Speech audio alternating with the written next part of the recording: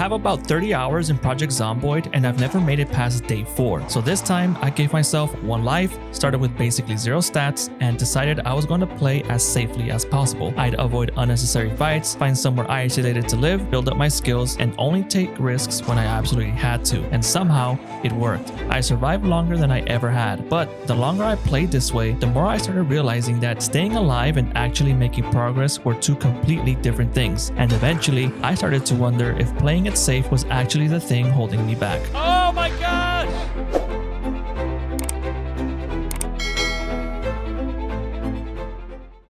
My journey began in Rosewood, and before I could even think about surviving long term, I needed to figure out 2 things. I needed somewhere to live and I needed a weapon. I started searching the nearby houses for anything that could help me survive longer, mostly tools, weapons, first aid supplies, and books to help me level up my skills. I kept moving from house to house looking for supplies, and with this many zombies around, I realized pretty quickly that I needed a weapon. I was hoping for a bat, a steel bar, honestly, anything I could use to defend myself. Instead, I found something even better, a revolver, and about 50 rounds of ammunition. Now remember, my whole plan was to play it safe and avoid unnecessary fights. So, with a revolver and 50 rounds, I did just that.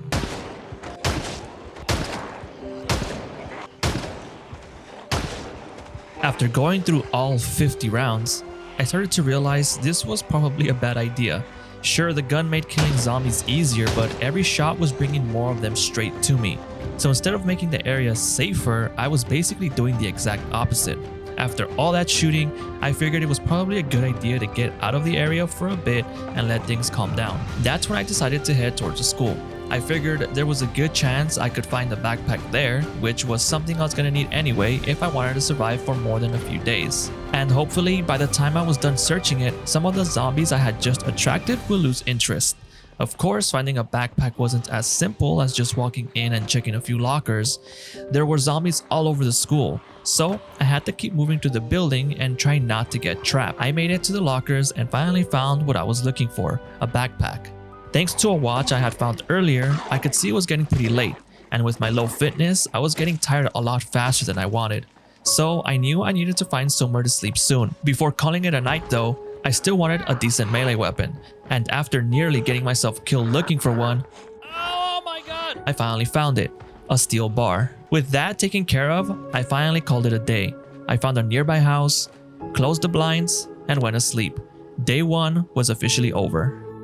On day 2, I woke up extremely early. It was still dark and I wasn't really sure what the goal for the day should be. Eventually, I settled on 2 priorities: finding a better place to live and figuring out transportation. Because of my low fitness, I avoided the main road and moved through the woods to stay away from zombies. I ended day 1 saying I wanted somewhere quieter outside of town, and that was exactly what I was looking for. Eventually, I discovered a house sitting by itself in the woods and immediately realized it was basically what I was looking for. Isolated, away from civilization, and with far fewer zombies around. I cleared the nearby zombies and decided this is where I wanted to settle. After exploring the area more, I realized there were a lot of zombies near my home. So I decided to take them out with a simple plan. Pull them away one at a time and slowly clear the area. This is where my stats really started becoming a problem. Fighting even a couple of zombies at once was dangerous because I had almost no strength and terrible fitness. I repeatedly had to stop running, avoid taking multiple zombies, and recover after fights. At one point, I almost died after taking down just 2 zombies. And the more I fought, the more I realized just how long it took to kill zombies with no strength. That's when I really started to understand how much those 0 stats were working against me. It wasn't just that I was fighting zombies, my 0 stat character was making basic combat much harder. Because I got exhausted so quickly, I started doing something that actually made sense to me. Kill a few zombies, retreat, sit down, read a skill book, and repeat the process. My thinking was, with my stats this low, I was probably going to be out of breath a lot anyway, so if I'm going to be spending that much time sitting around recovering, I might as well use the downtime to read and work on my skills. It was weird and I had no idea if this was actually going to help, but with how often I was getting exhausted, Using that time to read seemed like a pretty good idea. At least that's what I thought. After killing enough zombies, I decided to head back home. When I got back, I finished checking the second floor, closed more curtains, then spent a large chunk of my time reading and trying to build skills. After some time, I stopped and went to sleep. And just like that, day 2 was officially over. Day 3 started with me trying to work on one of the biggest problems I had been dealing with so far, my stats. My strength and fitness were both extremely low, and after seeing how much that affected me during the first 2 days, I decided to start exercising. I did 10 squats in the morning and figured I would try doing another set at night. I didn't really know how quickly it would make a difference, but I wanted to start working on it ASAP. Now that I already had a place to live, I could focus on the things I was still missing. The main thing I wanted was fuel for a vehicle, or at least a gas can or whatever else I needed to move fuel around. I also wanted to find some carpentry books because I thought carpentry would be useful for making weapons and eventually securing the house. After clearing more of the area using the same strategy as before, pulling zombies away one at a time and taking them out, I finally had a chance to search the vehicles I'd found earlier. Unfortunately, neither vehicle had a gas can, hose, or anything else I needed to get fuel. The ambulance, however, was full of useful medical supplies. There were trauma bags, medical satchels, alcohol wipes, surgical gloves, a scalpel, and a bunch of other medical items. I wasn't sure what all of it would be useful for yet, so I took pretty much everything I could carry and started bringing it back home. There was so much that I had to make multiple trips. Once I had most of the medical supplies stored at home, I headed back out. Food was starting to become a problem, and I knew that the nearby houses were probably still my best chance of finding more. The problem was, there was still too many zombies around them, so I kept clearing the area. As I did, I started getting hungry and thirsty more often. Eventually, I cleared enough space to make a move towards one of the houses. I slowly approached the front door, trying not to alert the nearby zombies that still had their backs turned to me. My plan was simple: get inside, grab some food and water, check for any useful books, and get out. I reached the front door without drawing any attention. I opened it, stepped inside, and then... oh my god, this house has an alarm. Staying there wasn't an option. The alarm was gonna start pulling zombies towards the house, so I had to get out as quickly as I could. As I ran away, I tried checking another nearby building, but it was boarded up and mostly trashed, so I stopped pushing my luck and headed back home. When I got back, I realized I actually still had some food I could cook, which was enough to get me through the rest of the day. Before going to sleep, I did another 10 squats like I had planned at the beginning of the day. I also washed myself, spent some time reading my maintenance book so I could continue working on my skills. After that, I went to sleep. Day 3 was officially over. Day 4 started with, you guessed it, more squats. I still had a few things I needed to find. Food was becoming important, and I still wanted a carpentry book. I needed gas if I ever wanted to get the car I found on day 1 running. I wanted to go back and finish looting the houses I had worked so hard clearing the day before. But when I got there was still a ton of zombies around. If anything, it looked like there might have been even more than before. So instead of pushing straight through them, I decided to go explore somewhere else. That ended up working out because inside a small shed, I finally found a carpentry book. I had been looking for that book since day 1. I finished reading what was left of the maintenance book and left it behind. I continued searching the area and nearby vehicles, hoping to find something that would finally help me with the gas problem. Eventually, I broke into a van and found a rubber hose, which I could use to siphon gas from other vehicles. Continuing to search the area, I checked another car and finally found exactly what I was looking for: a gas can. At this point, I finally had everything I had been searching for. I had the carpentry book, a rubber hose, and a gas can filled with fuel. So I decided there was still enough time left in the day to make one more trip. I went all the way back to where I started, found the car, poured the gas in, and finally brought it back home. And with the car now parked safely at the house, I could move on to one of my other goals. I grabbed the carpentry book, sat down, and spent the rest of the night reading. After some time, I closed the book and went to sleep. Day 4 was officially over.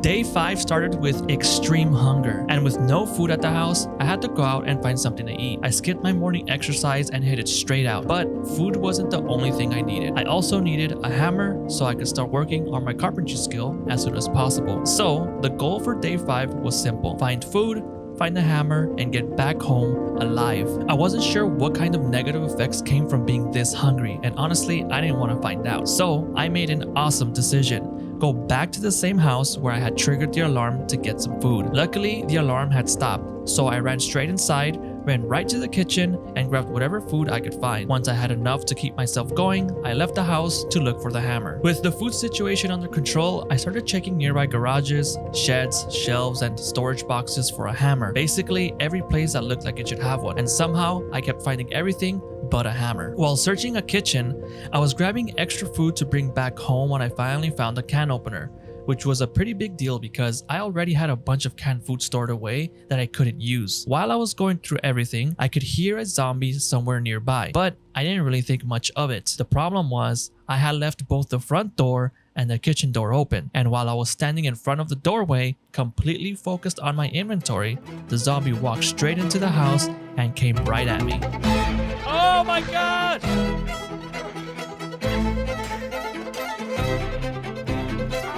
Oh my gosh!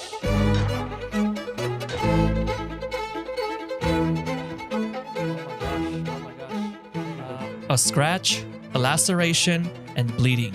All because I left the front door open. You would think after coming that close to dying I would finally learn my lesson. Spoiler alert, I didn't. So after that god-awful experience, I continued my search. After looking around a couple more houses and garages, I finally found what I had been looking for, a hammer.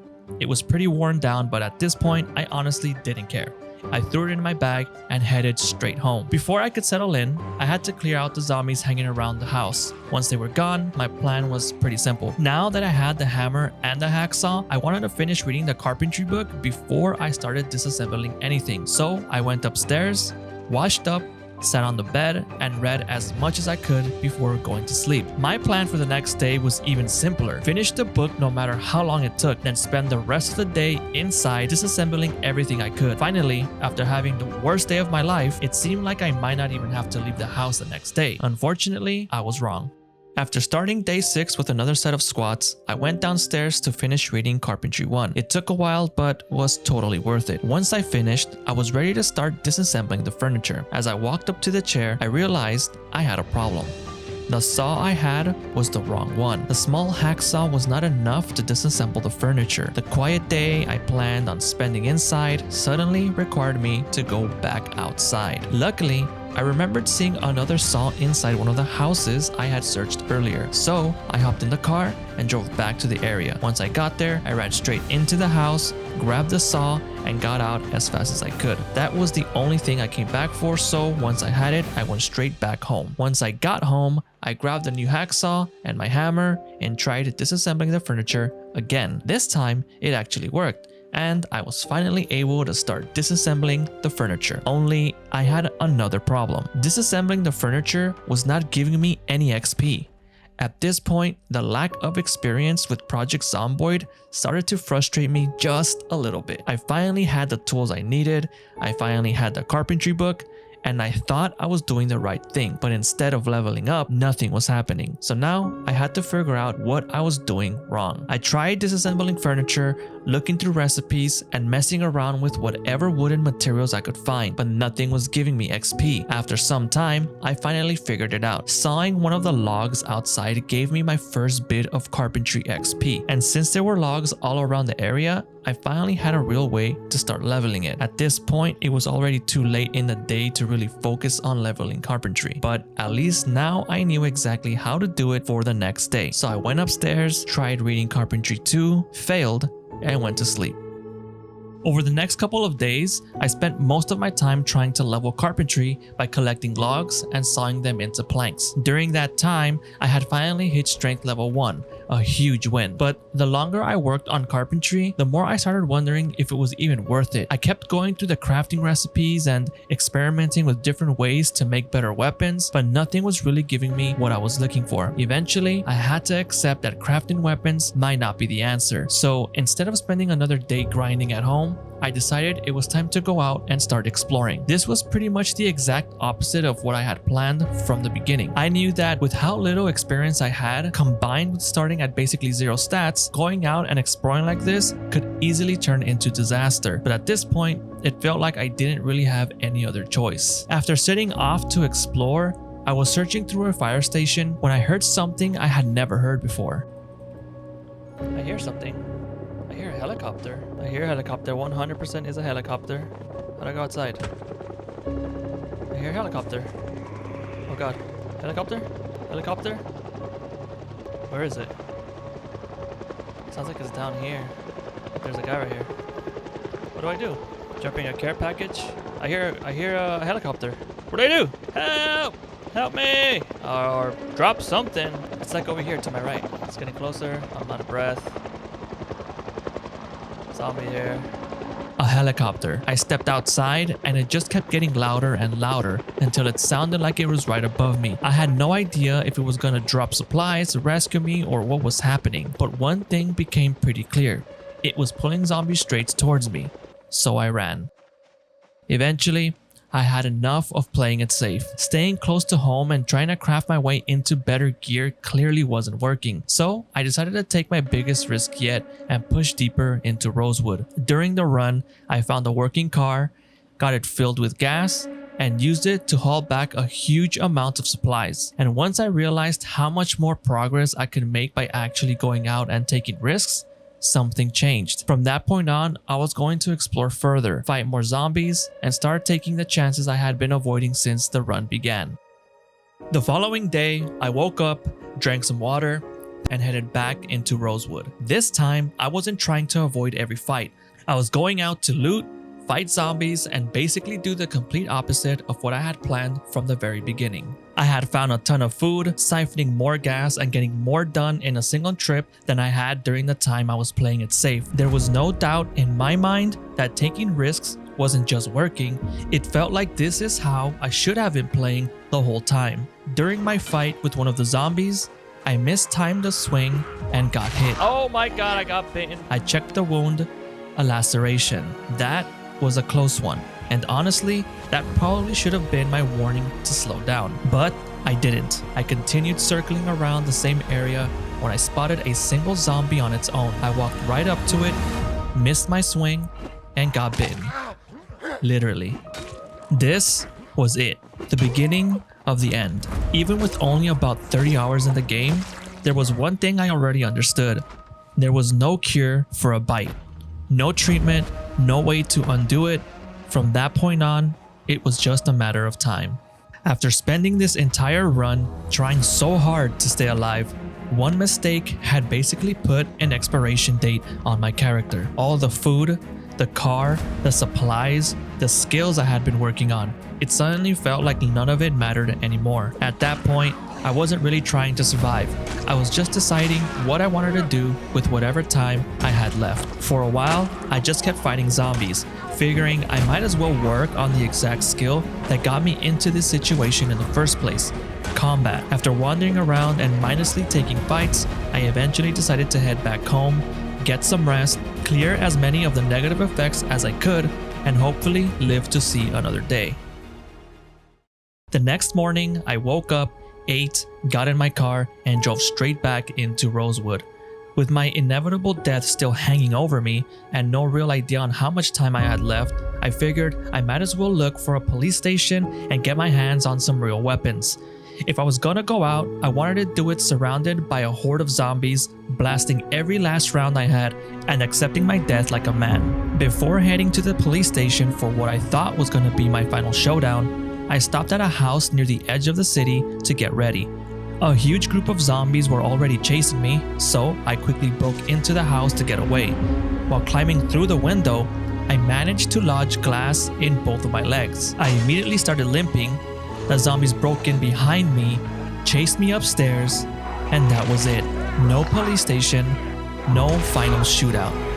I died upstairs in a random house in front of some random plant. Looking back, playing safe wasn't really the problem. With basically zero stats and only around 30 hours in the game, being cautious was probably the reason I survived as long as I did. The trap was getting so comfortable with that safety that I stopped making real progress. Once I finally started taking risks, I was finding more supplies, exploring further, and learning more about the game than I had while hiding at home. But because I was still inexperienced, I pushed it too far and went from being careful to being reckless. In the end, I think the real challenge wasn't surviving with zero stats, it was learning when a risk was actually worth taking.